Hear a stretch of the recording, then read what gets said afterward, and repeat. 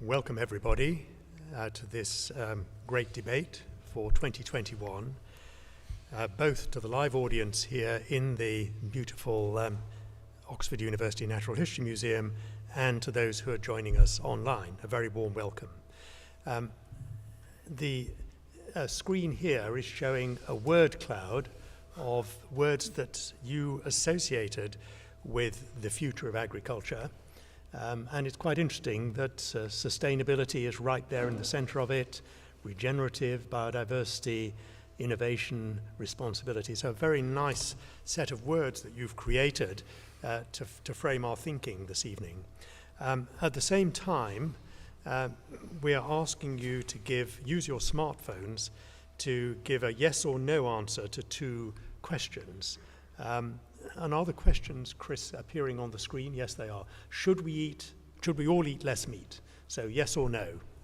It's part of when you think about the future of agriculture. It's going to be live, so we've got 7, 8 saying yes, nobody saying no.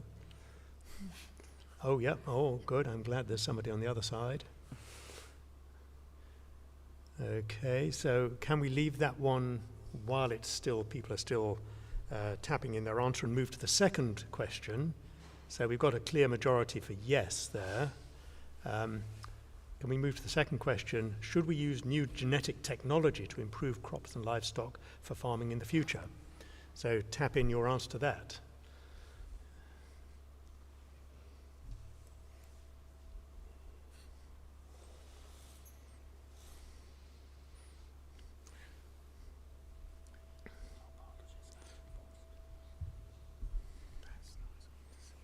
Okay, there may be a few more still to come, but we've got a clear answer there. So you as an audience are in favor in the future of eating less meat and deploying genetic technologies to enhance either livestock or crops as a whole, not all of you, and I think what we'd like to do, I'm not going to ask the panelists directly address those questions, although they might implicitly when they introduce themselves and say a few words, but we'll come back to those at the end and I'll ask you the same questions again and we'll see whether anything shifted. So, returning to this evening's event, as I'm sure you know, in 1860 the first great debate took place here in the Natural History Museum, in which Thomas Henry Huxley and the Bishop of Oxford, Samuel Wilberforce, debated Darwin's theory of evolution, and that took place in a room upstairs now called the Huxley Room. And today the museum organizes a great debate every year on a topic of current interest. It's both intellectual interest and practical interest. What future do we see for farming? In the original debate, as I'm sure you all know, there was a moment when Bishop Wilberforce asked Huxley whether he was descended from an ape on his mother's or his father's side, and Huxley replied he'd rather be descended from an ape than from a bishop who misused his oratorial skills to refute the truth, at which point it is said that a certain Lady Brewster in the audience fainted. Although we will hear perhaps competing and controversial views tonight, and I hope we do, and I hope you will contribute to that, I hope that none of you are driven to fainting. So turning then to the topic, the future of agriculture, do we need a new agricultural revolution? I'd like to introduce our three panelists who are going to, each of them, say their view about this in roughly 5 minutes. And then we're going to hand over to you, the audience here in the room, as well as the virtual audience, to put your questions to the panel. And I'll try, with Chris's help, to keep control of this, and then we'll try to see where we get to, and as part of thinking about the future of farming, future of agriculture, and we'll go back to those two questions that you were kind enough to answer at the beginning.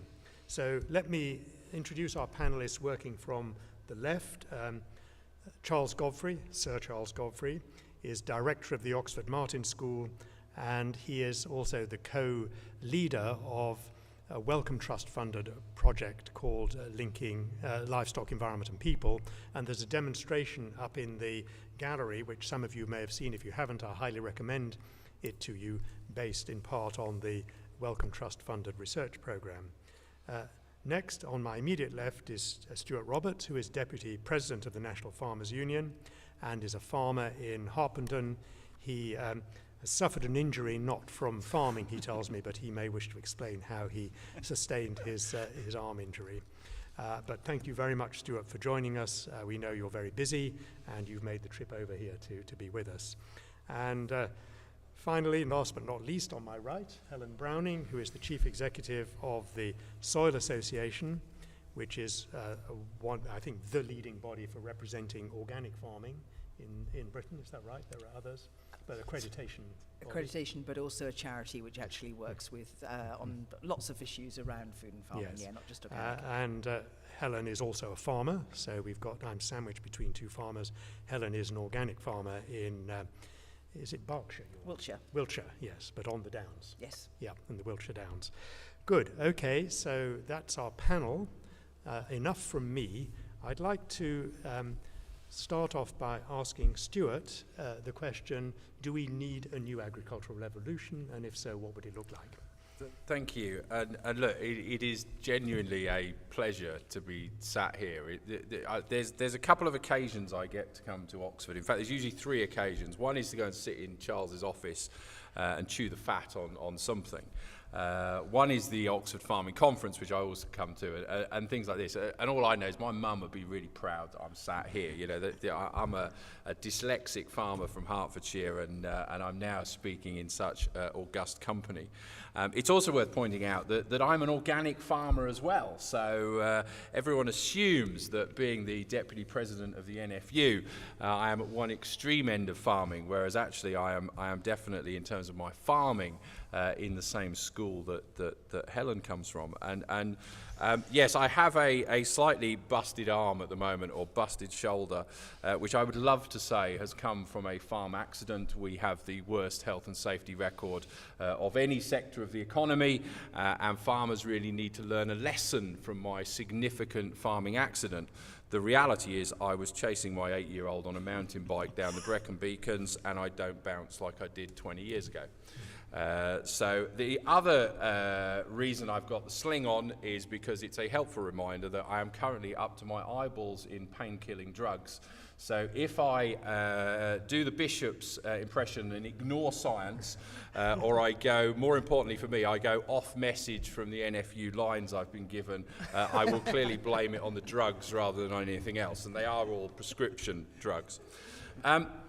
Now look, for me, and I will come to the point about the agricultural revolution, but I just wanted to touch on the meat question, because it's one that I get time and time again.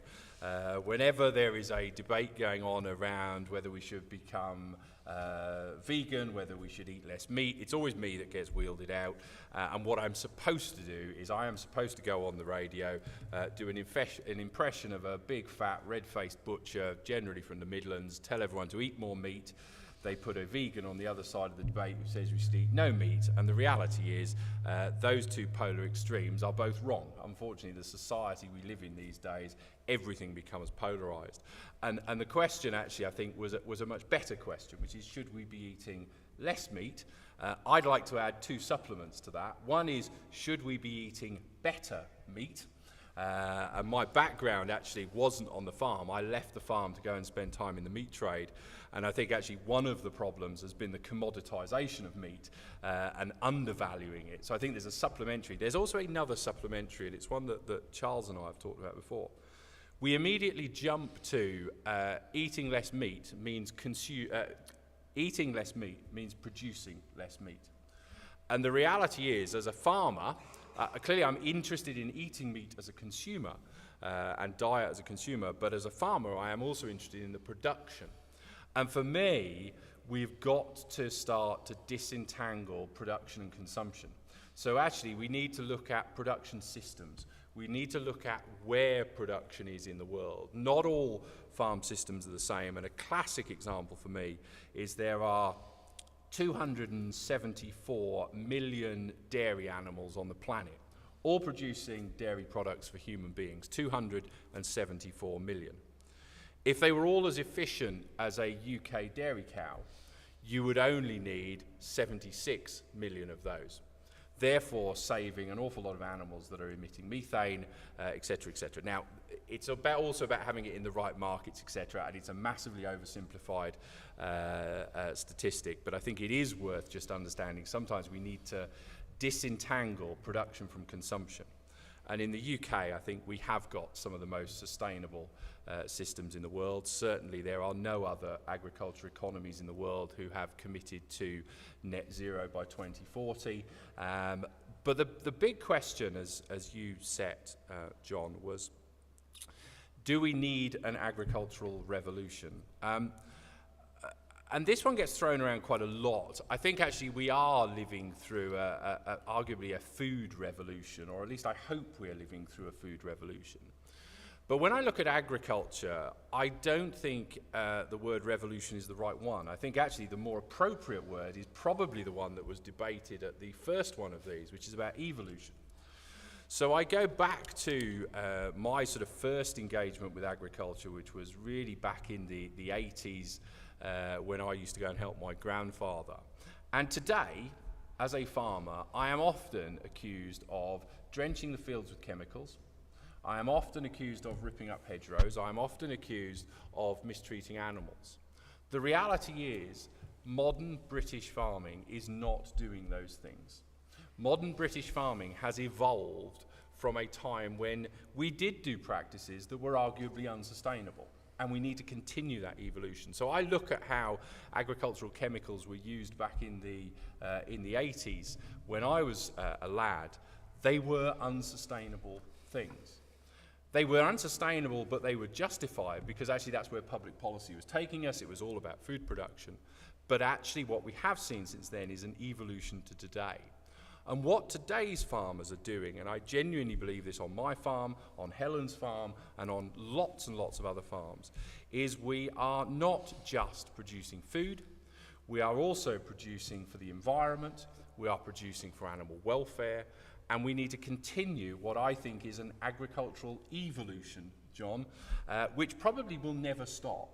And arguably using agriculture to address the big issues of society, which is not just how do we feed ourselves, which it once was, it's also how do we do that in a sustainable way, how do we do that in a way that addresses the climate, and how do we do that in a way that addresses society's values today, such as animal welfare, etc. as well. Thank you very much. That was a brilliant overview, and actually you ended up using some of the words that were central in the word cloud, so very nice echo. I would like to know why Mars was on the word cloud. That was my only slight puzzle. Yeah. Maybe to do with Mars bars, I don't know. We can ask somebody who put it on. Okay, thank you very much, Stuart. That was great. Let's now turn to Charles to give us his answer to the question. Thanks very much, John, and it's an enormous pleasure to be here this evening. I feel slightly intimidated to be talking about food production between two farmers who actually do it. I'm just an academic who talks about it, but it's never stopped me in the past, so I'm going to continue doing that. And if I say anything sensible about food production, then it's long conversations over the years with both Stuart and Helen, who I've learnt a huge amount about agriculture from. So addressing the questions, do we need a new agricultural revolution? Well, and I'm slightly worried because I'm going to disagree with Stuart, and I don't believe Stuart's story about how he broke his arm. I think it was another academic who disagreed with him who came off far worse than him. So I think if you look at the challenges for global agriculture, the food system, and for the planet ahead, we do need to change things, have action of a extent that I think can justifiably be called a revolution. Some work from people in Oxford has done the thought experiment. Let's suppose that we've cured every other bit of the global system when it comes to climate change and carbon dioxide emissions, so transport, heating, everything. We've done everything apart from agriculture. Then global agriculture, business as usual, going on ahead, will almost definitely push us over 1.5 and probably over 2 degrees. And that's a safe space for humanity. So there are some really urgent needs going ahead. I think one of the revolutions we need is almost a conceptual revolution. And this actually relates to some of the things that Stuart was saying. I think in the past, certainly when I first was a student things, there was agriculture and then there was the environment. And as Stuart has said, and those agendas are becoming mixed up. And I think that's wholly good. And to make a parochial point at the moment, if you look at some of the government pledges at the moment, there are pledges on agriculture, on net zero, there are pledges on rural economy, there's pledges on biodiversity. These are all good, although I would say I really would like to have some conception about how they add up and how they work. But I think we need a continuing reconceptualization of farming and land use. Then specifically about what I think needs to happen, then farming is within the food system. We have to think hard about governance, we have to think hard about waste, and we have to think hard about diets. And that includes, as Stuart says, eating less meat and eating better meat. I'm not sure you can completely divorce consumption and production, but I do take your point that those countries that produce meat very efficiently, then you lose that efficient meat at the peril. And then when it comes to, so that's governance, waste, diets, and then of course we have to produce more food. I think that a reasonable perspective of how much food we'll have to produce by mid-century is about 30 or 40% globally. And that's taking into account some significant diet changes. So globally, we have to produce more food. I think that there are things that can be done genetically. I think there are things that can be done ecologically. And I think that there can be done things that can be done by making markets more efficiently. The jargon is closing the yield gap. There are many farmers who are not producing as much as they could because they don't have the capital, they don't have the information. There are all sorts of things that can be done there. Let me finish by going sort of parochially within the UK. The future of agriculture I see in the UK is that we will see a multifunctional patchwork of lands, with some farms certainly producing food, but also producing many other, again in the jargon, public goods, biodiversity, carbon sequestration.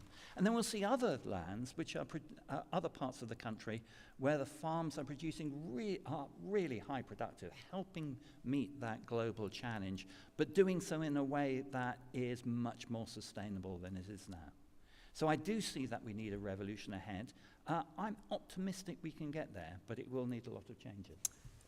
Thank you very much, Charles. That was really super, and it's nice to see a little bit of disagreement emerging amongst our panelists already. We'll need to get the bandages out for further disagreements later on. But before we come to that, I'm going to turn to you, Helen, to give us your perspective on the question of, do we need an agricultural revolution? Thank you, John. And whether we call it a revolution or evolution, it certainly needs to speed up. And we need to learn many of the lessons, actually, of the past, as Stuart has alluded to. We do need to turn farming very quickly from being a big part of the problem to a big part of the solution, and it can be a big part of the solution. The challenges, you're all aware of them, but we have the climate challenge, we have the biodiversity challenge, we have the feeding people well challenge, we have an economic challenge actually in farming and land use, and we have to do all of these things while looking after our farm animals well, if we're going to have them, reducing antibiotic use and making sure that people can cope with the transition, as I would call it, that we have got coming towards us. So I guess my job in the world, and the Soil Association's job in the world, is to enable and inspire a transition to what we call agroecology, which is a broad term. You could describe it as farming with nature in mind, but also really taking note of the social consequences of what we do. And alongside that, a transition to healthy and sustainable diets, because we can't actually care for the land as we want to if we don't shift diets away from ultra-processed foods and, yes, less but better meat. And I think the case has been well made for agroecology as being the predominant way in which we should be farming in the future. That's been well made by the National Food Strategy, by the think tank IDRI in Paris, who've done a lot of work looking at modelling the whole of Europe to see what would happen if we went down that road. And actually they used organic yields at today's levels when they could be obviously higher, and found that we could feed all of Europe well and still export some stuff and reduce our carbon emissions substantially and reverse the biodiversity crash by going down that kind of route. But there's plenty of forces against this still. We as farmers are still rather trapped between being the people who are supposed to buy all these inputs. We've got a huge industry that is still premised on selling us things. And we have a retail and processing sector who don't want to pay any more for anything than they possibly can, and that tension is very acute today.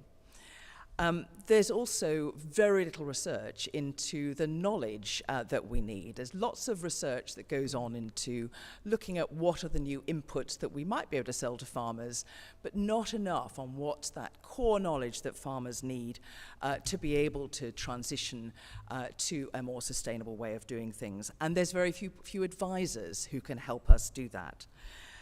There's a lack of infrastructure too, and whether that's your abattoirs or your dairies or your ability to feed people more locally, the whole sector is very, very consolidated.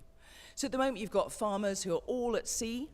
There's a really unclear future as we have left the Common Agricultural Policy, and the economics of farming are at a point where it's hard for farmers to make the investments they're going to need to make this transition into this new future that we need to see happening quite fast. But that disruption is also an opportunity. And I think the things that are working with us at the moment are that farmers are really increasingly interested in farming in a more regenerative, agroecological way. There's lots of farmer-led innovation going on, not supported enough, but it is starting to happen. And things like agroforestry, mixing up trees into our farmed environment, looking at nut crops and fruits and all those kind of things, as well as your annual plants, which is what farming has generally been premised on in the UK, is really exciting. And techniques that we're trying on the farm alongside agroforestry, pasture cropping, where we actually start to drill our cereals directly into clover, living mulches, so that those clovers can feed the plants directly, protecting the soil without having to use the chemicals. There's some really exciting stuff going on there, but it needs help and it needs to happen more rapidly. Some of the new technology, there was a question about genetic technologies on the Mentimeter earlier on, but I think that a lot of the new technologies coming through will really help farmers, and I would, rather than focus too heavily on the genetic technologies, where I think we've used those to ill rather than to good in the past, and I'm not quite sure what's going to stop us using them for the wrong reasons in the future. But the opportunity to monitor the environment through remote sensing and satellite, the move towards smaller autonomous vehicles, getting rid of these big tractors that the boys love so much, and do so much damage in terms of compaction of our soils, moving to more robot-type vehicles could be really exciting, allow us to farm our landscape in a more diverse way. And actually managing our supply chains, getting information through the supply chains using new digital technologies that allow us to reduce waste could be hugely helpful. So it's a potentially very exciting future, but there are many, many, many challenges. And we're currently way off the pace, despite all these signs of people and farmers wanting to do things better, starting to do things better. But we need to accelerate that really quickly now, because we've got very little time to actually turn this oil tanker around and to avoid the disasters that are heading our way if we don't manage our land and get our food and farming system right.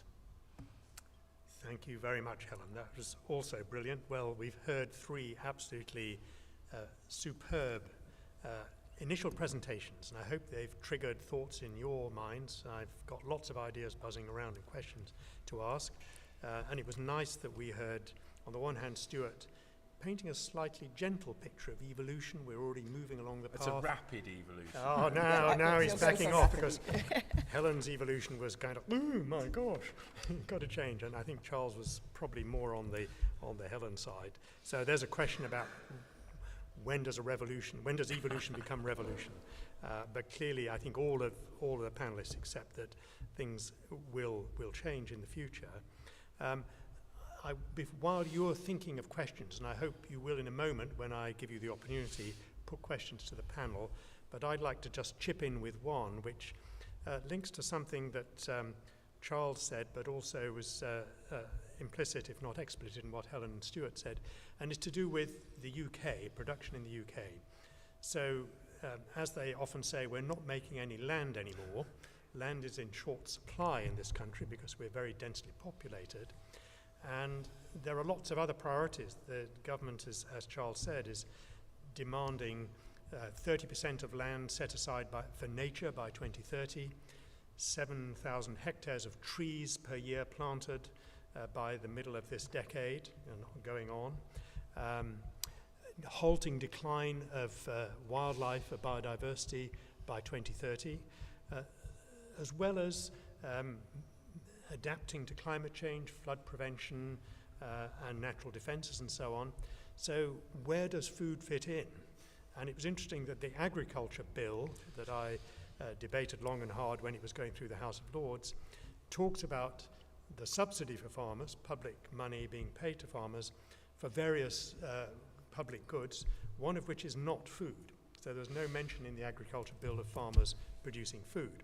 It's now the Agriculture Act.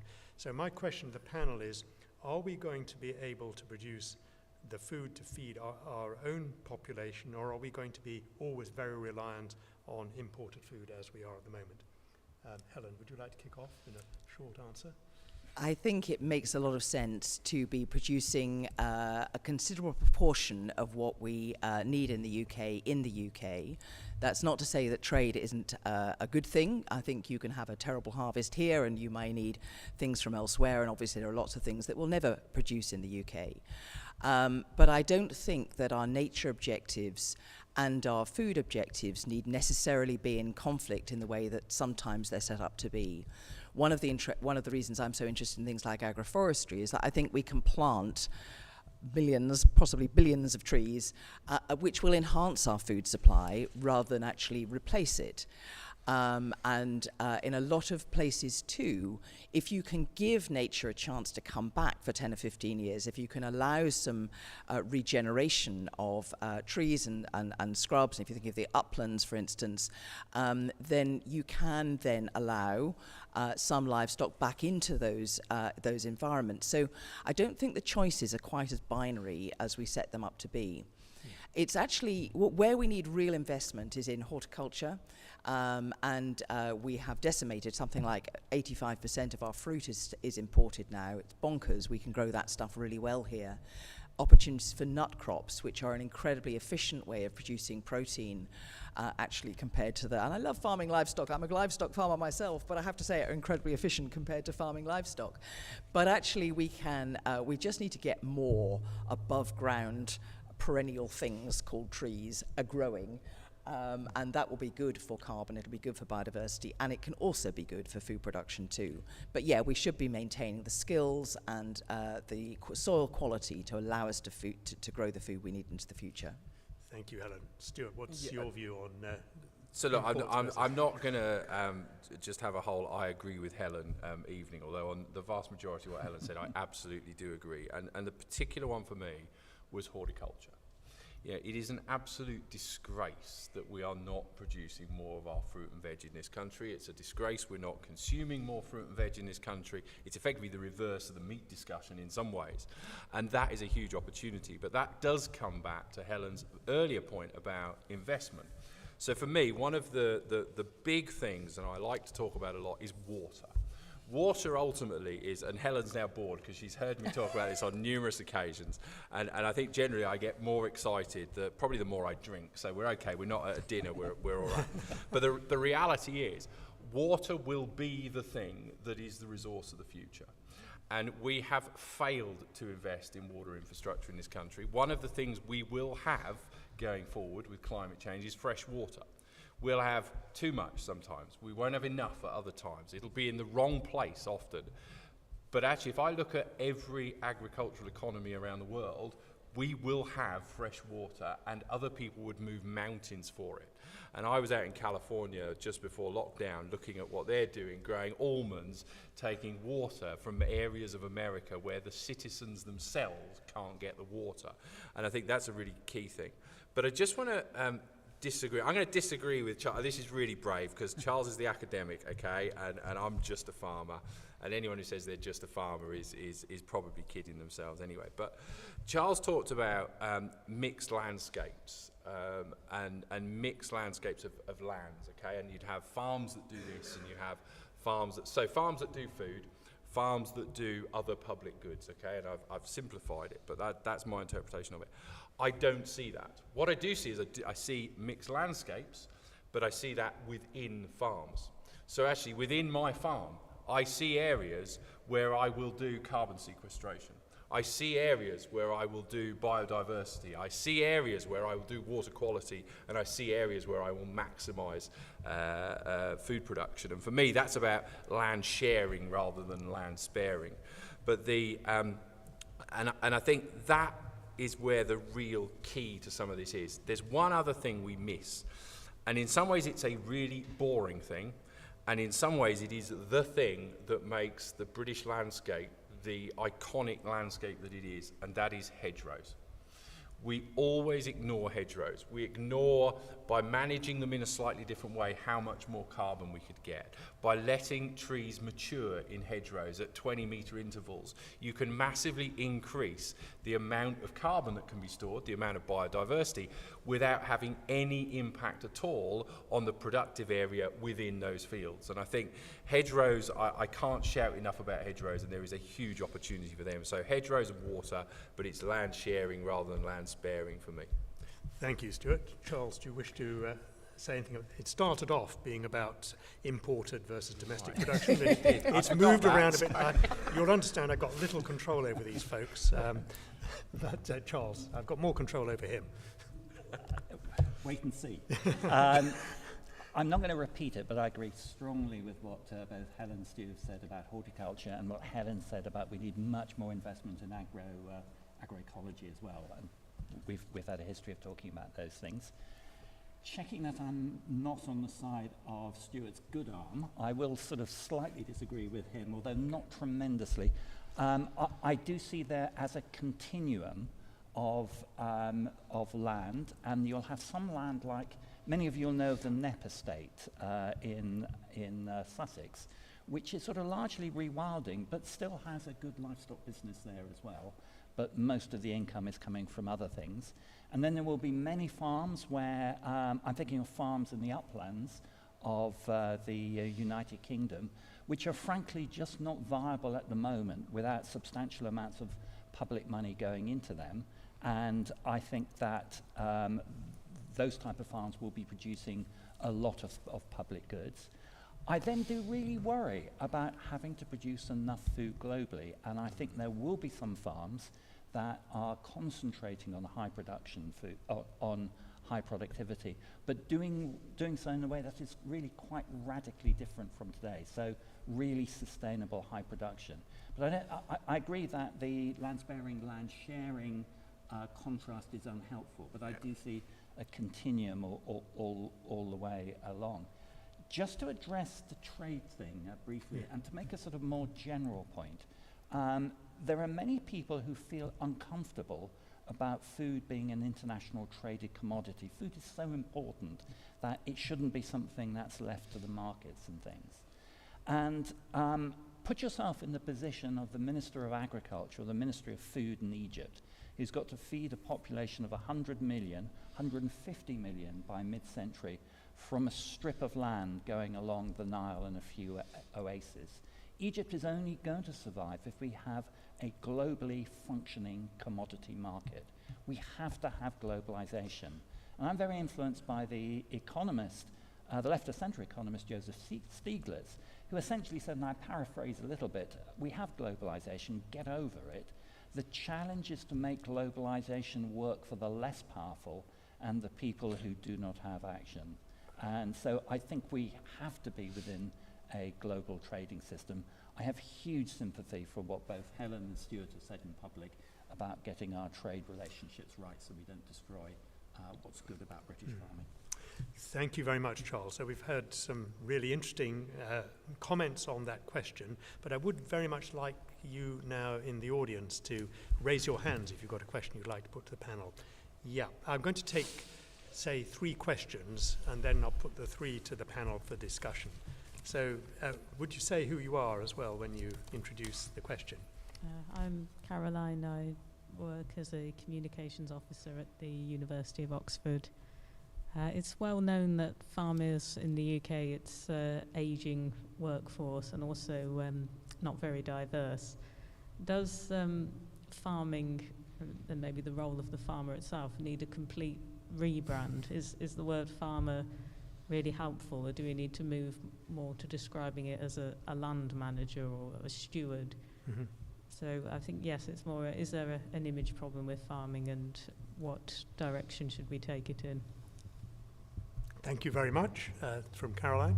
Yep, there's a second question there. Thank you. Thank you. And as an Australian farmer, I'm very glad to hear you think that global trade is necessary. My question is around, Charles, you used the jargon yield gap, but how do we go about creating systems that can feed the world? We know our current systems are doing well at feeding the world, but it's coming at a cost. How do we identify those costs and ensure that the traditional market forces that Helen have spoken about that puts farmers in such a desperate position can be shifted or altered in such a way that farmers can transform to these new systems, that really intensive productive systems that Charles was talking about? Okay, thank you very much. And one in this round, just one more there. Second row from the back. We'll come to another round of questions in a moment. Yeah. You say who you are. Hi, I'm Liz, and I do have a question, but I defy the definition of a stereotype of a farmer because I used to work for Helen, so I used to be a farmer. Hello. Yeah, and I don't look like your stereotypical classic farmer. I don't fit the mould. But my question is, do you think that with the changing sort of agricultural policy, farmers may run the risk of taking land out of production in order to sell things like carbon credits to private companies who want to kind of essentially rob Peter to pay Paul and not change their activities, and that could be an issue for future food security? Very interesting question. Okay, so we've got 3 questions. Caroline asked about the image of farming, the rosy-cheeked smock-wearing farmer, and the aging workforce. The Australia, sorry, I didn't get your name with the Australian, sorry? Yes, Kate asked from really building on Charles' point about the challenge of feeding the world and how we can do that sustainably. And then the final question from, was it Liz? About really might farmers be tempted to take land out of production, for instance, to sell carbon credits as the carbon market grows, and if you can sell carbon credits at £35 a unit or whatever, that might be quite a good productive use of your land commercially. So who would like to kick off? Helen, do you want to have a go on any one of those 3? Any one of them? Oh gosh, they're all such good questions. They're really good, aren't they? Well, you can do all 3. I mean, I'm going to have a go at the sort of the implications of both Kate and Liz's question, because I think we could obviously talk about the yield gap and whether there is a yield gap. I think actually when you start to look at the opportunity for more diverse nutrient supply from land, some of the systems like agroforestry, you can increase yield yield without having to wreck your soils and do all sorts of dreadful things in the process. And I think it'd be interesting to start to look at, rather than yield per acre, nutrients per acre, and what kind of more diverse farming systems. Broad acre farming of wheat, for instance, is not a brilliantly highly productive. But when you start to grow horticulture, when you start to grow nuts, when you start to grow some types of crops, you can, I think the Feeding the World Challenge actually is not just around yield. I think it's around farming systems and some of the economics of farming. We've been told forever that the world's going to go short of food, but actually it's still jolly hard to sell it to anybody.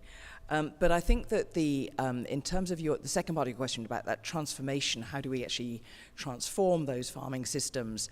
I think there is a lot of interest in things like the carbon credits that Liz talked about. There's a lot of money looking for ESG type homes now. There's a lot of companies wanting to wash their climate sins by buying up farmland and planting trees all over it. And a lot of land is being sold for that already now. And I think that there is a real danger in that, but there is, if we get it right, a real opportunity too. I think we need to be really careful as farmers that we're not selling carbon credits until we ourselves are at net zero, and we need to really understand the implication of how we do these things well. But both biodiversity offsets, some of the water companies now looking to fund farmers to do things differently in order to mitigate flood risk. There are new opportunities and new blended finance, government's looking at blended finance. There are new opportunities coming through, which if they were used to help farmers make this transition, rather than just run off to the Bahamas, I think could be really helpful. We do need to leverage funding from somewhere, far more funding than government's going to be able to make available. And some of this ESG type funding could be really helpful as long as we get the rules of the game right and don't start selling stuff that isn't really there to be sold. It just becomes kind of greenwash. So I'm really interested in how we get those opportunities more right.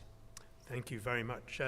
Maybe, Stuart, you could answer or address Caroline's question about the ageing workforce and the image of farming. This is where Minette does this much better than me, because she basically doesn't need to say anything. She just needs to sit there.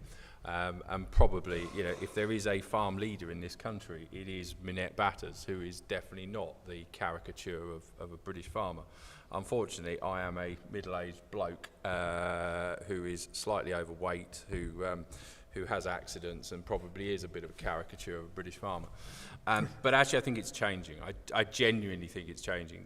And I think the rapid evolution / revolution that we're going to go through, I think will also necessitate it. But I also get slightly worried because people say the average age of a UK farmer is 59, and that's really bad, right? I think my entire lifetime, the average age of the British farmer has been 59 years old. And I think actually, therefore, I don't get so worried about that. What I do get worried about was actually the second bit you touched on, which wasn't, if you like, the stereotype of the British farmer, it was the diversity point. And farming has got to become much more inclusive. We have got to address the diversity point. It's why I get very heavily involved in things like ag-respect. Because not because it's the right thing, and it is the right thing to encourage inclusivity, to address diversity, but actually we have an absolute self-interest as an industry in attracting the brightest and the best. And we can only do that if we make ourselves attractive to the brightest and the best. And there is real issues in doing that. When I go and I can remember one of the very best days I've ever had in the NFU is when I went and did Brighton Pride with the guys from AgRespect, and we had a big rainbow tractor, and we drove it around Brighton. It was an absolute ball. It was a great day. And I got huge praise for it, and it was a really good thing, and it's starting to challenge the stereotype, some of which you describe. I also got some pretty hideous abuse from some very backward-looking people in our community. And I did the same again in Birmingham this year. So I think for me, probably the diversity bit is the most important bit. And I think what we do is we make agriculture an attractive industry. We make agriculture an industry that people see is addressing the big issues of society. It is part of the climate change solution. If you want to be a geneticist, if you want to be a robotic engineer, if you want to be any of those things, you can be in agriculture. The problem is, when we talk about farmer, we think of Helen and me and our farm. The reality is, farming is a collection of people who I think we need more of the brightest and the best, and they shouldn't be going and doing other things. And I think if you want to be involved in tech, then come and get involved in agriculture. But we always expect someone else to tell that story. So farmers, and in some ways Helen and I are slight exceptions here, but farmers are good at farming, but we are rubbish at telling stories. And actually, farming has got the best story of the world. What other sector are people reminded about 3 times every single day? What other sector produces the iconic landscapes of this country? What other sector produces such a tangible, emotional thing as food? But we've not told our story well enough. And I think if we do that, if we do address the economics as well, that is a fairly important fundamental point here. I think actually we will attract the brightest and the best. But we are at a point probably that other industries went through some time ago, and I think we just need to face into that and at every opportunity challenge that caricature, challenge that stereotype, and promote both diversity and inclusion. Thank you very much.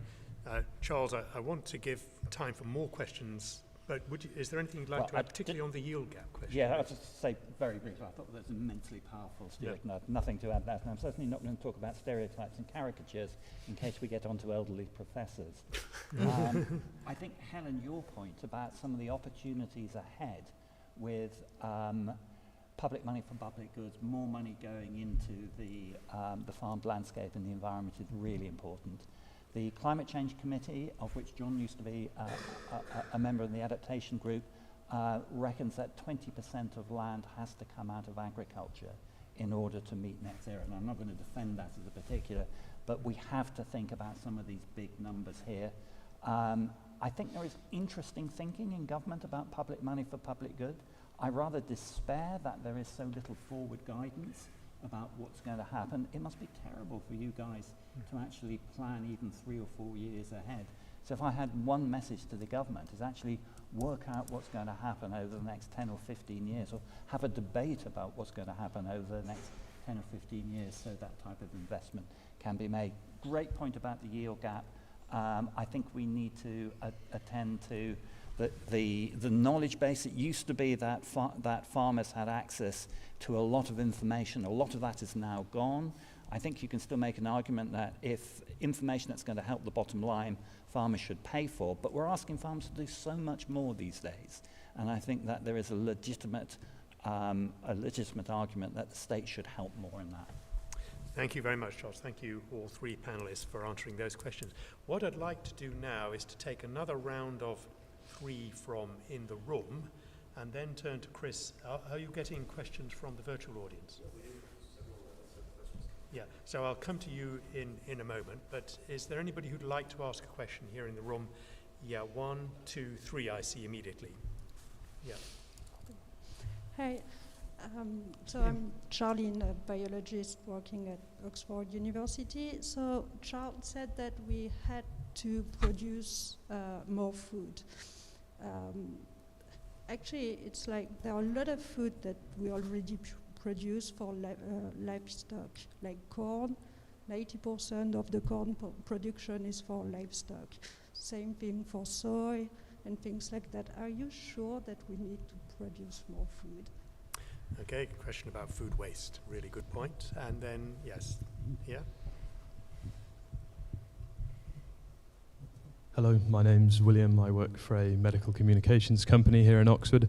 My question is for Stuart on the point you just raised, actually, which is that I think there's a good number of people, myself included, actually, who who aren't so put off by, let's say, a lack of diversity in farming. We're not worried about the optics, and we're convinced that it's a noble and worthy pursuit, but we just haven't the faintest idea how to get into it. You know, looking at the price of farms, for example, being so high, the price of land being so high, and perhaps a lack of awareness about how one would get into farming in the first place.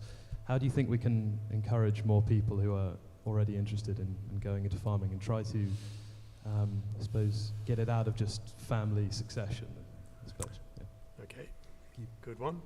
And then, yes, there was the next one along the road there. Hi, I'm Robert. I'm a medical student. My question is more about the sort of economic side of it, which I know you've all sort of touched on a bit. But obviously we take for granted very much in this country how cheap our meat is. But something that I always have seen as a problem in this is that we have these amazing sort of advances being made in organic farming. But when people are going to the supermarket, they're facing a choice of either buying their organic meat at a considerable premium, eating less meat, or buying the cheap meat. And people are choosing again and again to buy the cheaper meat that's not been produced in the same sort of organic way. How can we get around that problem of people who often don't have the luxury of choice to buy the more expensive stuff? Again, really good question. So we've got a question about waste. Can we solve the problem of feeding 9.5 billion, or whatever it is, by 2050 by cutting waste? Second question, which is really directed at Stuart, since he launched into not a diatribe, but a passionate commentary about farming, and Helen may have a view as well on that. And then maybe I'll ask Charles to address the economics one about why do people buy, or how do you persuade people that it may need to pay more for better quality food? So perhaps, well, why don't you start off with how do you get people who want to go into farming but don't know how to do it, Stuart? Why don't you answer that? Yeah, and as a third generation farmer, I then fear the succession point that you touched on, because I am a direct result of it, and I'm very fortunate. I've always said there's no way I could afford to live in Harpenden unless I happen to have been born on a farm there. I think the first thing is, so first of all, farming has to change itself and be more open to outsiders. I touched on that. But equally, people, and you slightly fell into the trap as well. People think of, I can't get into farming because I can't buy a farm because land's expensive, or I can't get a tenancy. And I think there are some opportunities. I think we hear too much from this government, and particularly from George Eustace, about opening up and expanding the council farm estate, but we don't see a lot of actions to do it. That was always a really good route, and I think the council farms are really important. I think the estates, they have a duty or a responsibility in this area. But the other thing I do, and I've had it on my farm this year with 3 people, just phone up some farmers. Come and spend some time with us. You know, I'm very happy for you to come and spend a week on my farm. We can talk about it, we can, you know, see where the opportunities are and take it from there. Farming needs to be more open about that. But can I also just pick up one other of the questions, John, because it's another passion of mine, and I promise I won't get on a soapbox again. And it's this affording the food point. And we all hear this phrase, food poverty, okay? Personally, I do not believe food poverty exists. It is not a thing in its own right. What we have is poverty. And I get really frustrated by calling it food poverty. We're basically giving the food industry the responsibility to deal with it. The reality is we have income poverty, and that's what we need to address. And when it comes to food, and I'd be really interested in what Charles has got to say on some of this, is we never address the real cost of food. So what is the embedded cost in that food? What is the environmental cost in that food? What is the animal welfare cost in that food? When you start to flush all of those out, those foods that look cheap today are not necessarily cheap foods. And I think we have gone to a world now where in this country, on average, we're spending 8.9% of our income on food. It's the 3rd most affordable food in the world, yet we've still got a poverty problem. That needs addressing as a poverty problem, but food is not too cheap. Food needs to carry the real cost of it. And as the Food Foundation pointed out, for the poorest 10% in the country, need to spend 3/4 of their income to eat the government's healthy, eat well guidelines. So it is about poverty, I agree. Charles, do you want to address? Well, Stuart said he'd be interested in my response. He won't be, because I'm just going to agree with you. I think that's such an important point. We have poverty. And it does, and I completely agree with that. We need to internalise more of the the negative costs of food, and we can afford food being a bit more expensive if we can cure the poverty things. I always worry about talking about internalisation of costs and things. You know, I'm on a decent salary. I'm not living in a really poor area. So I think it's so important that we do address that. I was also going to just reply to Charmaine's comment, and I think the point you were making was both producing food to feed for livestock and also for waste. And yes, it's all really it's both really complex and really simple. So if you look at the challenges ahead, you just need to act on all fronts. So you need to produce more food. You need to change diets, which then affects the amount of crops going to livestock globally. You need to bear down on waste. And then there's the governance issue as well. So I think both very complex and also very simple. And just a final point, and I don't know if this is the right answer, but there's a lot of interest at the moment about alternative proteins and things. And I would be sort of more happy about sort of traditional meat becoming more expensive if there were really good alternatives. They're called nuts. Well, you're right, Helen. You're right, And pulses. Yeah.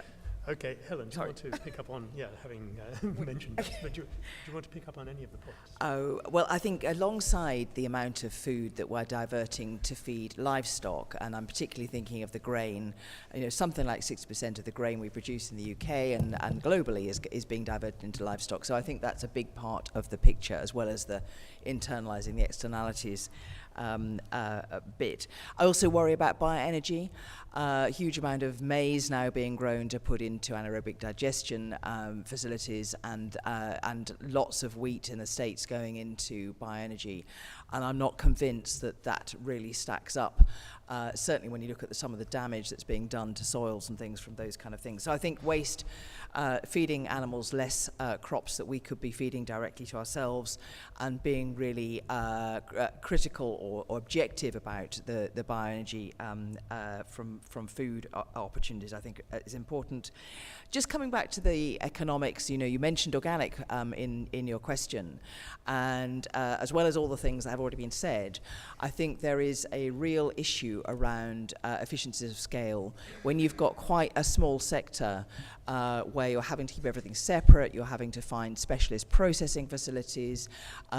There's been lots of work that was done for the National Food Strategy showing that a lot of the cost amplification from the farm gate to the consumer plate is through those inefficiencies of scale. So if we do more of it, if we start moving in that direction wholly, the Systemic did a lot of work modelling for the National Food Strategy. They reckon that agroecological plant-based diets would not be that much more expensive at all. Animal products probably will be, because I think if you do that stuff well, if you look after your animals well, it does take a bit more labour, it does take a bit more care, as it should do. But maybe, if you're looking at the whole diet, that less but better meat, and then plenty of plants on our plate, and getting that to be the norm so that it's not just the exception and everybody's putting a bit more margin on, I think that's part of the equation too. Thank you very much. Thank you, all three panelists. Chris, would you like to put to the panel some of the questions that have come in from the online participants? Thanks. The online viewers have obviously been really enjoying it. We've got a couple of questions that are linked to the technology involved in farming and whether we need a sort of revolution in that, what the effects of that would be. Chloe's asked, she'd like to know the panel's view on the impact of biotechnology innovations, either gene-edited crops, lab-grown meat, or the other alternative proteins on UK agriculture. And linked to that as another technology, Tana has asked, do you see the potential in hydroponics as a new way of farming in Britain? And I think she's probably thinking of urban farming in a way there. And then one on really the ethics of meat production and biodiversity from Amy, who says, do you see a shift to venison and meats that are linked to rewilding projects as the future for UK meat markets? Well, sorry, was that last one? Do we see a shift to venison? Yeah, wild meats. Linked to rewilding. Yeah, okay. So thank you very much, Chris. So 3 questions. One about technology more broadly, not just gene editing, genetic modification, but things like lab-grown meat. And then one about hydroponics, which I guess also links to vertical farming, which is a buzzword in some circles, and then linking rewilding to eating game. Helen, why don't you kick off on any of them, any or all? Any or all, okay.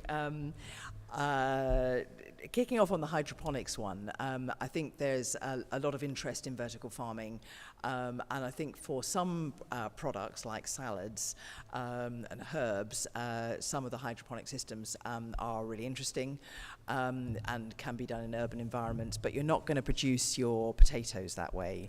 There's an awful lot of things that you can't do in those kind of vertical farming systems. So we're going to need some broadacre farming, as I call it, farming in soil at the same time. I was going to mention the opportunities alongside, more natural regeneration of our countryside for eating wild meat rather than farm meat. I mean, it does seem bonkers in many ways that we spend all this time and effort as farmers, rounding up these animals and keeping them in fields and moving them every day and feeding them when we could just shoot them. And I just think that actually harvesting nature as a whole could be a bigger part of the equation. And given that we don't have many top predators in the UK, maybe we as people play that top predator role and do harvest things like venison and rabbits. We have lots of those, and pigeons, and lots of meat that we could be harvesting more from the wild. So I'm kind of interested in that, as well as foraging more widely. I think there's so much one could say about the biotechnology question, but I think I've seen a lot in recent weeks around lab-grown meat, the cellular meat opportunities, and seeing more and more concerns about the environmental impacts, whether this is really ever going to stack up. I think there are so many ways we can reduce the meat in our diets, and I particularly want to get rid of the over-intensive sector where we are still using, in many countries anyway, still using too many drugs, where animals are not living great lives. I'd love to see some of that replaced rather than have those kind of farming systems existing, but I'm not sure that cellular meat is really all it's going to fulfill the potential that some people felt that it had. Thank you very much, Helen. Charles, do you want to pick up on any of those? Yes. So I think that there is tremendous opportunity for biotech, sort of interpreted in the very broadest way, to contribute to agriculture. And by that, I sort of include some of the low biotech innovations that Helen has talked about. Just a word on lab-grown meat. I mean, at the moment, the argument is you should, if you want to eat a false meat, then do a plant-based one. It's so much better environmentally, and I think it probably tastes better. I agree with you, Helen, that at the moment I can't see lab-grown meat coming in, replacing real meat in the next decade or so. I suspect if you look at the advances in wound physiology and wound healing and things, 30 or 40 years' time, but a sufficient timeline that one shouldn't bank anything on it. I think your point about venison is really interesting, but of course if everyone goes out and eats venison, the price will go up and it will become dear. Oh. I'll leave now. Yes. Oh. Such a troublesome colleague. Could I just interject before I turn to Stuart for a comment that one of the campaigns that I've been involved in with regard to hunting wild game is to ban the use of lead shot. Other countries more advanced in this respect than we are have banned the use of lead shot. The reason being that lead is toxic to humans, so when you eat lead shot game, it's not just the pellets that you can see and take out, but the lead shot breaks into thousands of tiny fragments that spread. If you look at an X-ray picture of, say, a pigeon breast from a pigeon that's been shot with lead shot, it's full of lead. And it's not only bad for human health, it's also bad for the environment, because a lot of lead shot falls, that misses the target, falls onto the ground and is picked up by wildlife and causes damage. So just to say that if you ever have an opportunity to campaign with your MP, do bring up the question of lead shot. and why isn't perfectly good alternatives. Sorry, I shouldn't have interjected that. I've stolen a few seconds of your time. It's not at all, John. It's given me time to try and come up with a worse joke than Charles has come up with. But I'm sure I've got to say, I'm struggling. I can't think of a worse one at the moment. Look, the two bits I'll pick up are, first of all, and building on the lab-grown meat and Helen's point, unfortunately, we fall into this binary choice of plant good, animal bad. And the reality is, using your land sharing, land sparing, there is a spectrum. I know of some bad meat production systems, and I've seen them around the world. I've seen the use of antibiotics in some parts of the world, which is an absolute disgrace. And you're right, Helen, should be wiped off the face of the earth. I've also seen some very, very sustainable systems. I've seen some very good plant-based products. I've also seen some that have to be so loaded with sodium that actually they're a health disaster. And it's not just one good and one bad.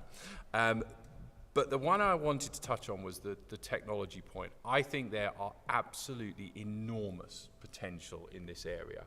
And that doesn't matter whether we're looking at technology in terms of greenhouses, which you look at how they've advanced already, you look at what more can be done, you look at water efficiency, you look at the genetic engineering points. I think there is huge potential.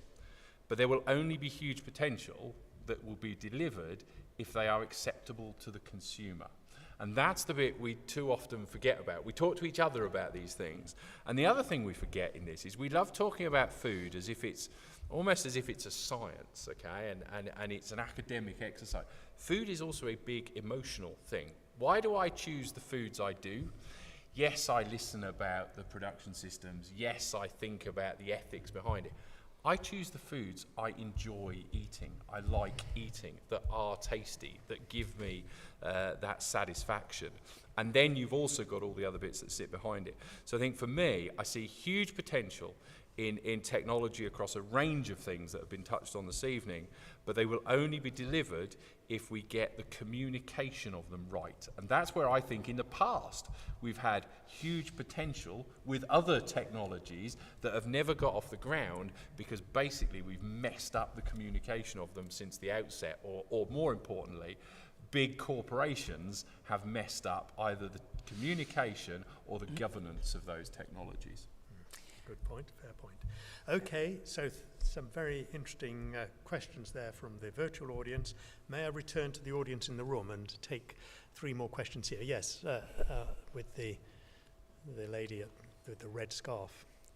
Hello, my name's Christina. I'm a crop researcher at ADAS, and I'm interested in a point that was brought up at the very beginning, which was on the subject of innovation. And I'd be interested on your views on how we support the farmers in innovating and testing and trialing ideas on farm, because I believe that to sustain innovations that are successful on farm, then the farmers need to test them themselves on their land, because we see these big differences between farms and even between fields in terms of what works and what doesn't work. And also how you feel we can reach those farmers that we don't commonly converse and communicate with, particularly those farmers that are in a position where they can produce more on their land and be more efficient with their land. And as a final point, sorry, it's a long one, how we bring along the whole farming system, because as Stuart mentioned, there's a lot of people behind a farmer.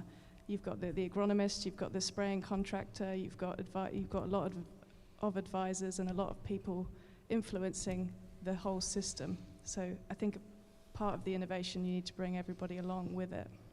Thank you very much. Interesting batch of questions around innovation there. Yep, there's one over here.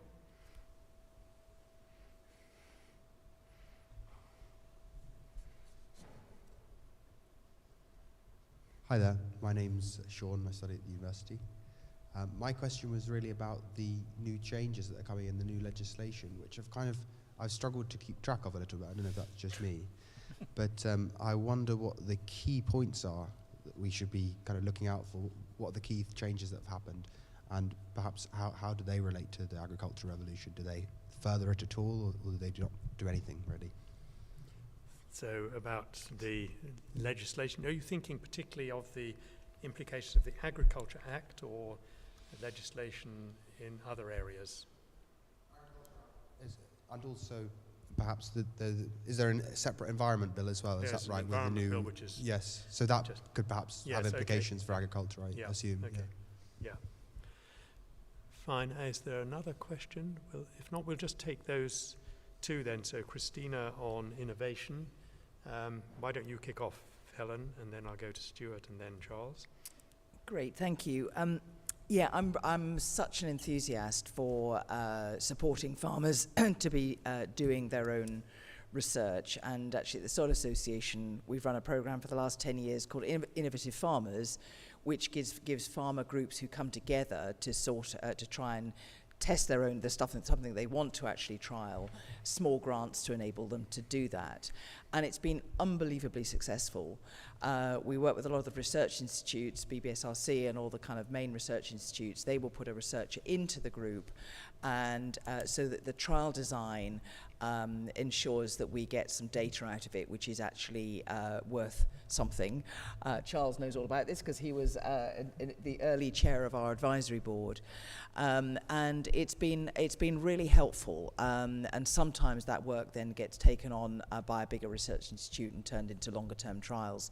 But the benefit of that is, and it comes to one of your other points, is that you also get a lot of peer-to-peer learning when farmers get together, because the first thing you say, what do we know about this topic in the first place? A lot of knowledge sharing as well as experimentation. But at the moment, this is all being charitably funded, so we're very, very keen to see government direct more of the public money that goes into research to go into support farmer-led research where farmers are in the driving seat. It's important not just because I think we'll get a lot more to happen a lot faster because it's the stuff that farmers actually want to know, but actually it's an incredibly cost-effective way of doing it. And rather than sort of inventing something over here and then hand-wringing because it takes 20 years to get to the farm, if you start with the farm and start with the farmer's needs, we'll get a lot to happen very quickly. So I think your point on advisors, at the moment, a lot of farmers take their advice from people who are trying to sell them something. So most agronomists, an awful lot of agronomists, are still working for the company that's trying to sell them the chemicals. And so you do need, I think, more and more independent advisors.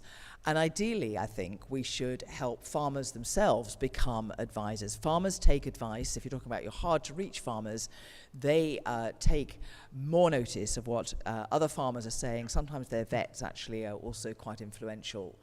And so I think upskilling good farmers to be able to mentor other farmers and possibly be earning a part of their living from doing that, I think would be really powerful in trying to share best practice really, really quickly. Good, thank you very much. That's great. Stuart, do you want to add anything on this question of just innovation? I would. And I think the key for me, and I think Helen's got it really well, but it's also about having farmers involved from the very outset. So I count myself as one of the luckiest farmers in the country because my next door neighbour is Rothamsted. Okay, absolute world-class institution, and I happen to farm exactly the same dirt 6 feet away from them in places. But how often, until relatively recently actually, have I been involved in discussions with them?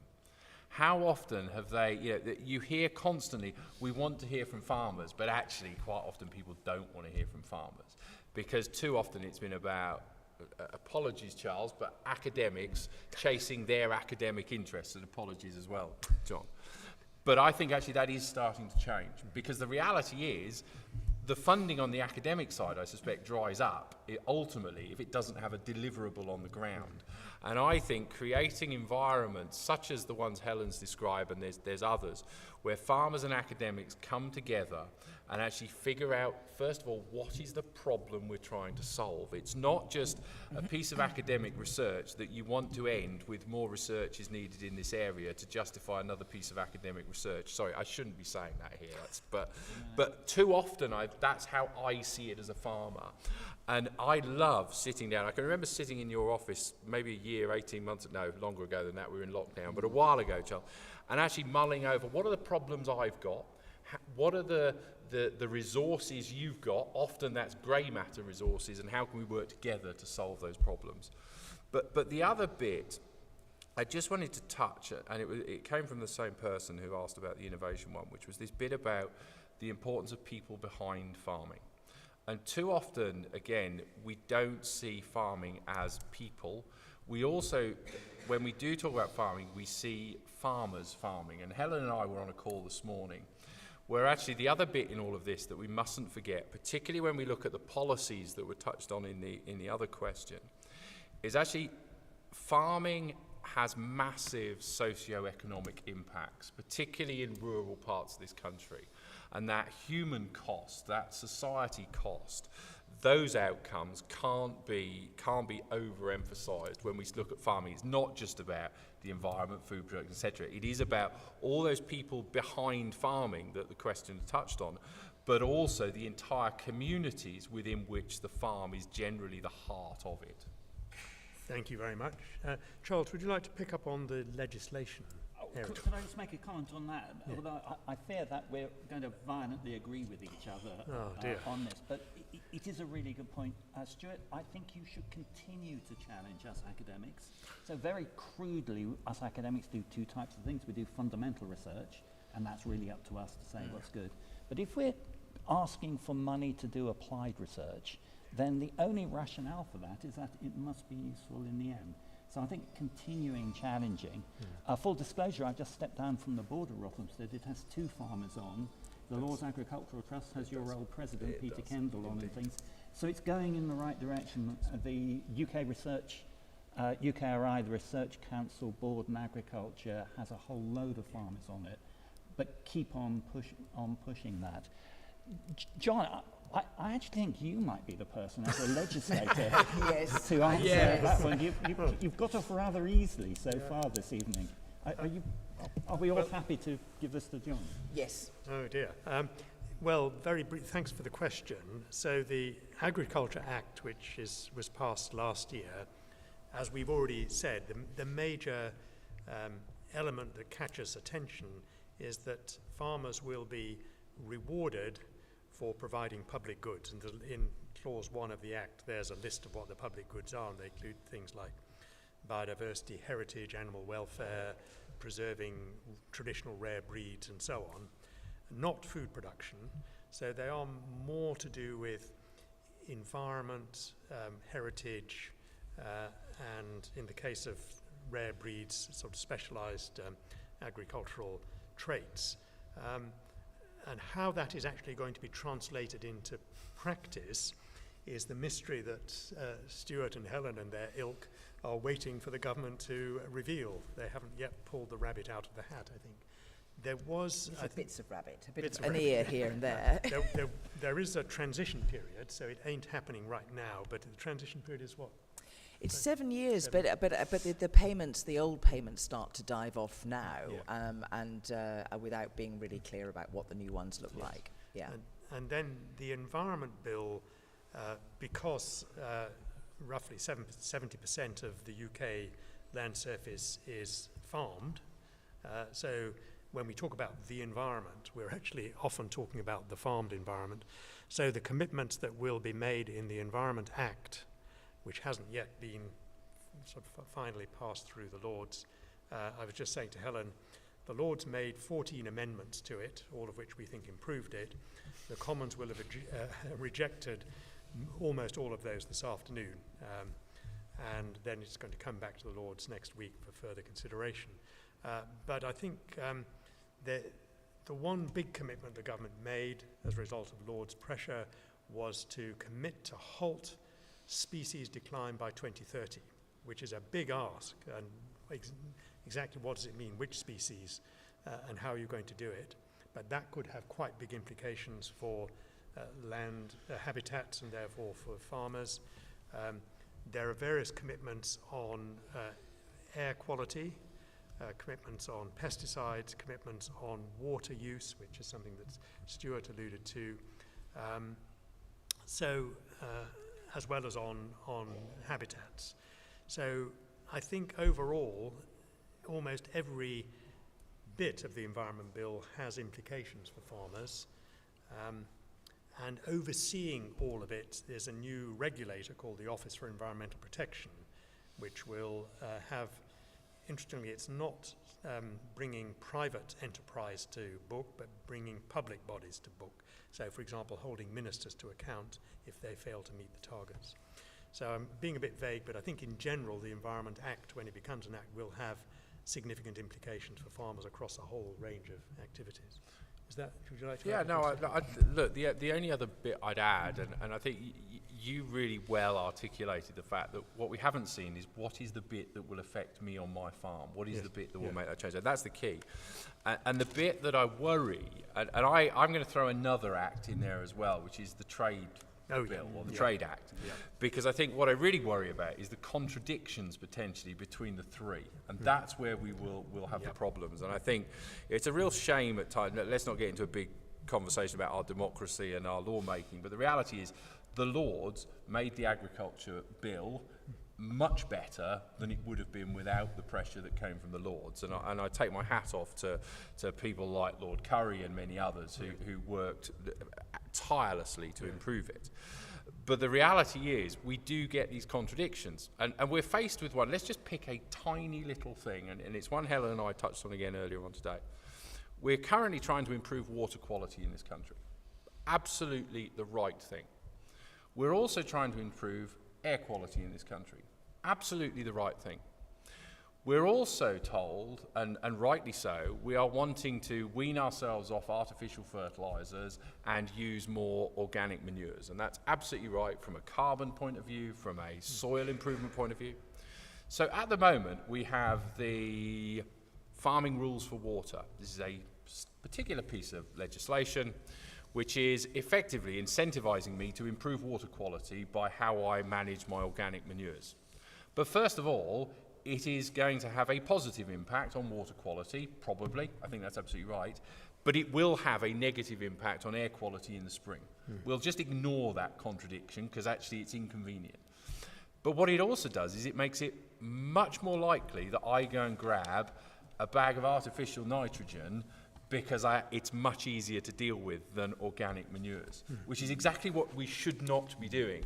And I think one of the things that frustrates farmers up and down the country are these contradictions. And I think the other bit in all of this is we are missing the big vision.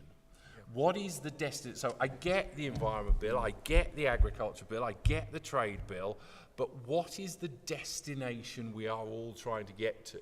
Because at that point, we can make sure everything's aligned and there's this golden thread from that destination to all those bits. That does not exist. Now, we almost got there, I'd say, with Health and Harmony and Michael Gove. Whether you agreed with it or not, there was the start of a narrative that articulated that vision. I don't know what that vision is as we sit here today.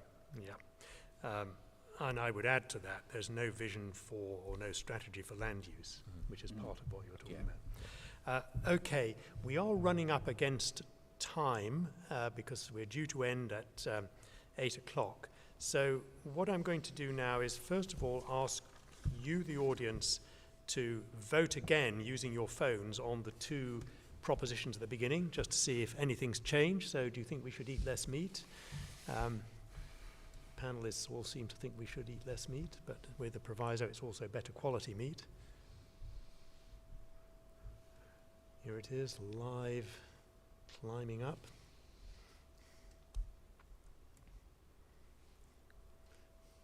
It's just in the room, or does it happen online as well? This is entirely in the room, I think. Entirely in the room, right.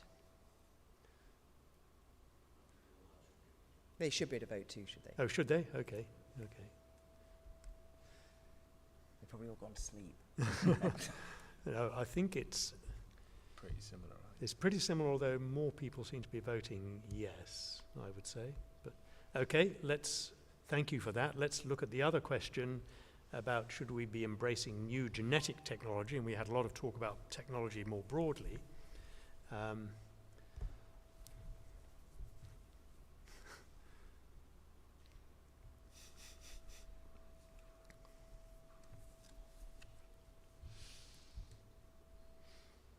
Not much change, I don't Not think. much, no. I'm reminded of a book that I was given for Christmas 2 years ago called The Righteous Mind, which is about how we fixate on ideas and then it's very difficult to shift them. So it may be, I think my wife was trying to tell me something when she gave me the book for Christmas. So probably pretty similar again. Yeah, still more people voting. Fine, okay, well, that's really interesting. You've heard the debate. You had a lot of really interesting perspectives. I think there was quite a lot of agreement amongst the panelists, but also some areas of minor disagreement, not enough to lead to fisticuffs or anybody fainting. I would like to, just before closing and thanking everybody, just ask the panelists, each one, starting with Helen, then Stuart, then Charles, is there any, literally one sentence, is there anything you'd like to say winding up? I think the one thing I'd like us to have reflected on a little bit more this evening is the governance of new technologies. It's interesting, this debate on gene technologies. My concerns are that you can use technologies, and all the technology we've talked about this evening, most of them, but probably particularly some of the genetic ones, for good or for ill. And we need to understand the motivations and the governance frameworks that will make sure that in the future we use them for good rather than for ill, because we have done some pretty dreadful things to our farmed animals, actually, over history in particular. And I'm not still convinced that the motivations of everybody are going to make sure that we do things as responsibly as we should do. So that's part of that big vision, I guess, of aligning. You've had a lot of consensus tonight about the direction of travel. I think we've got to harness that and make sure we deliver as quickly as we possibly can. Thank you, Helen. One sentence from you. Helen's was quite a long sentence. That was a long sentence. Sorry. For me, it's actually reminding people about the power we've got as consumers. And reminding people that actually when you look at food, we also spend time thinking about what's behind it. And actually by doing that and unleashing the power that every single one of us has as consumers, it's consumers ultimately that will change the world. It won't be politicians or anyone else. Thank you. That's a really good point. I like it. Charles. I'm going to finish by disagreeing with Stuart on this. I think consumers are part of the picture, but we need politicians also to be brave and to make decisions. And that one of the things we can do as consumers is actually help politicians to be braver. I don't normally quote Jean-Claude Van Juncker, but he said, often we know what to do. We don't know how to get re-elected once we've done it. Very true. Which ends on, we often blame the politicians, but actually we are the ones that elect them, so we should blame ourselves if we've got the wrong politicians. Well, I'm now going to draw this to a close, and I'd like, first of all, to thank our three panelists, and I'd like you to join me in showing your appreciation.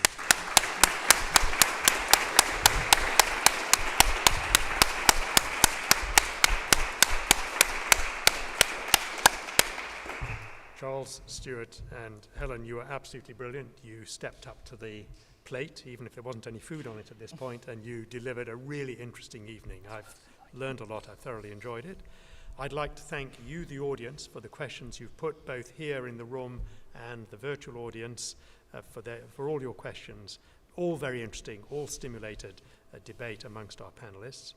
I'd like to thank Chris, who's helped to organize this, and the other staff of the museum, including our director, Paul, who's really committed to these kinds of events. And I think we all appreciate very much what you've done, and perhaps we could just say thank you to the staff of the museum.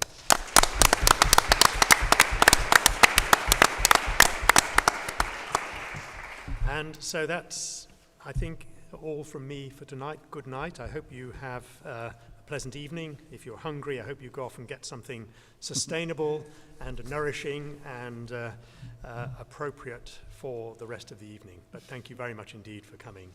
We hope you enjoyed it. Thank you.